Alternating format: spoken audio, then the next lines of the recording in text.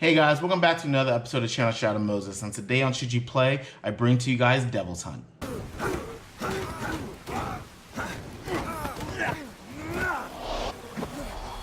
Now, Devil's Hunt was developed by a Poland company called Liopo Games and published by a Russian company called 1C Entertainment. Both of them are fairly indie companies, so we're not going to be too harsh or unreasonable with this review. So let's just jump right into it. Now, normally in these kind of reviews, what I like to do is give the good, what I really like, the so-so, what they need to improve on, and then there's the bad, the real bad stuff, more than just nitpicks and gripes. The story follows a man named Desmond and seems to be living a perfect life. He has a beautiful girlfriend he's gonna propose to, he has great real estate, a beautiful house, a great job, he's a businessman by day and a boxer by night, and then proceeds to have the worst day ever. His girlfriend that said yes to his proposal ends up sleeping with his best friend, his dad ends up firing him from the company, and he loses his undefeated record to a demon disguised as a human. Needless to say, stricken with grief, he drives off a bridge and commits suicide. And this is where the story starts to pick up.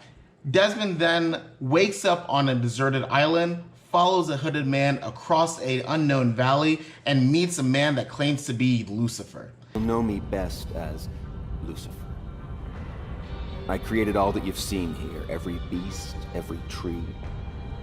Here, I am the creator. The devil then proceeds to inform Lucifer that he's dead, and the only way he's going to have any sort of semblance of freedom is to kill bad people, retrieve the souls, and give it to Lucifer himself.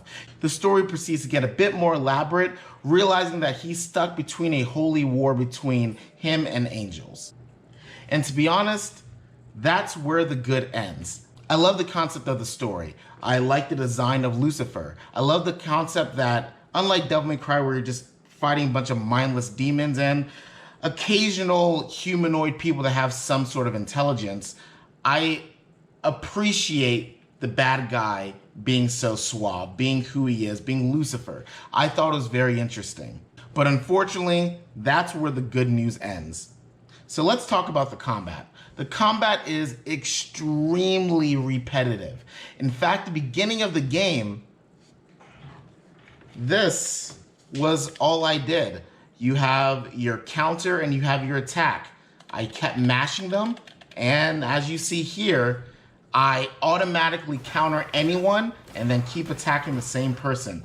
It was very annoying. I did that the entire first part of the game. And then there are the glitches. When you do your special moves by using the directional buttons, the D-pad, they miss.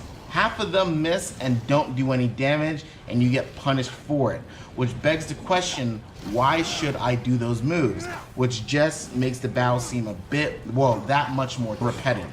So far, the special moves that I unlocked are not that flashy, they're not that great, they don't seem all that special, and two of them look like normal moves that I already have by punching. And then fighting the bosses seem extremely repetitive, more repetitive than this game has any business being. So I don't want to harp on the gameplay too much, but needless to say, it is not fun. Then there are the graphics. What have you done? Stop it! Stop it! These are as good as the graphics are gonna get. And I've lowered my settings. I've messed with just normal 1080p, 720 resolution, but nothing seems to help. I have 32 gigs of RAM, I have an i7, and I have an RTX 2080 Ti. There's no reason why I can't get a solid 60 frames with no drop. But smoothness doesn't seem to be in the formula of this game.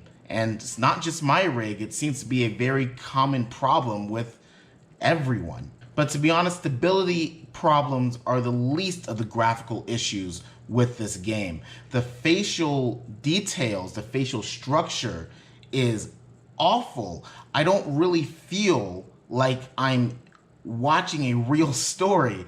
Everyone feels like dolls. When the character is narrating, his lips don't move half the time. The emotions seem fake. They feel delayed. The sound coming out of their voice, the sound coming out of their mouth isn't even properly synced half the time.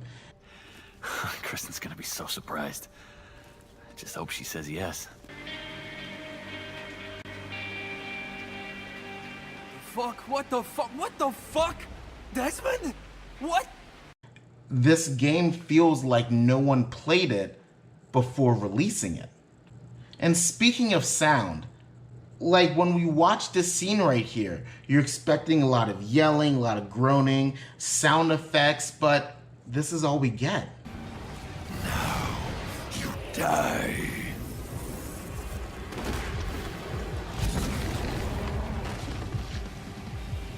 It's underwhelming. It's extremely underwhelming. And then there's the story. And like I said, I enjoyed the actual concept of this game.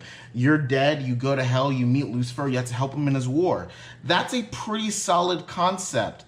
But there's so many little things happening that really don't make the story all that entertaining to follow. And this may fall in the realm of somewhat nitpicky, but when you wake up on an island after you committed suicide, you see a man and you follow him. You don't ask any follow-up questions. Who are you? Where am I? And then you start fighting demons and you don't get scared. You approach them. You act macho towards demons that, as far as you know, do not exist in reality. And on top of that, your punches can kill the demons, taking almost as much damage as it takes when you have your demon powers. And then there's even a part where you meet some humans after you get your powers and your contract with Satan and Lucifer, and they shoot you 6 or 7 times and don't say a word. They're not startled, they're not scared, they don't run away. Instead, they decide to start punching you.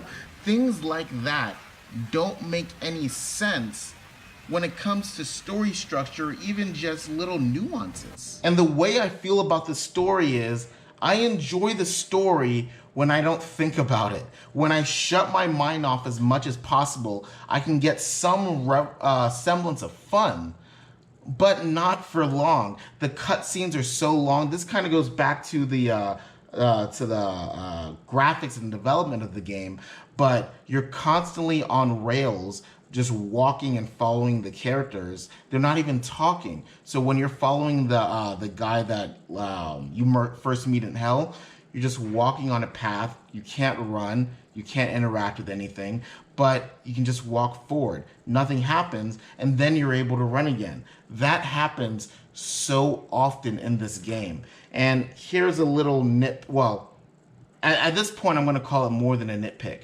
In other games, you bump into a wall and you just kind of keep running around. This time, in this game, every time you bump into a wall, you stop and you are locked in for about 1.5 seconds. And I want to show you. So imagine this every time you're running around a room or you try to interact with something, you miss it, you got to stop again. Then you miss it again, you gotta stop again. It's very frustrating. And right now this game is on PC and it will be released on the Switch, the PS4, and the Xbox One. I think it's the beginning of next year, and I pray most of this stuff is gone. In fact, I didn't even know this was a console game. I was very surprised. I'm glad that it's delayed because I'm hoping that means they're gonna fix this.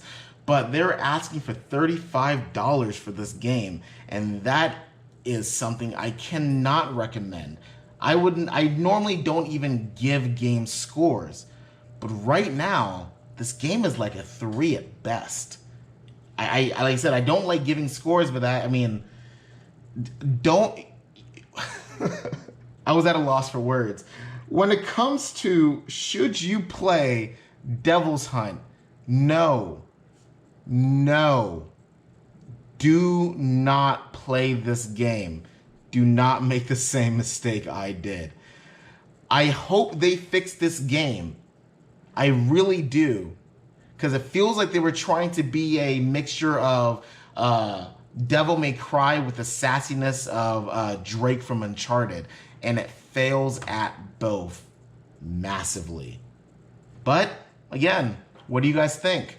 Do you guys think I'm being too hard for this game? I really don't think I am, but what do you guys think? Please let me know in the comments below, and don't forget to like and subscribe. Thanks, guys.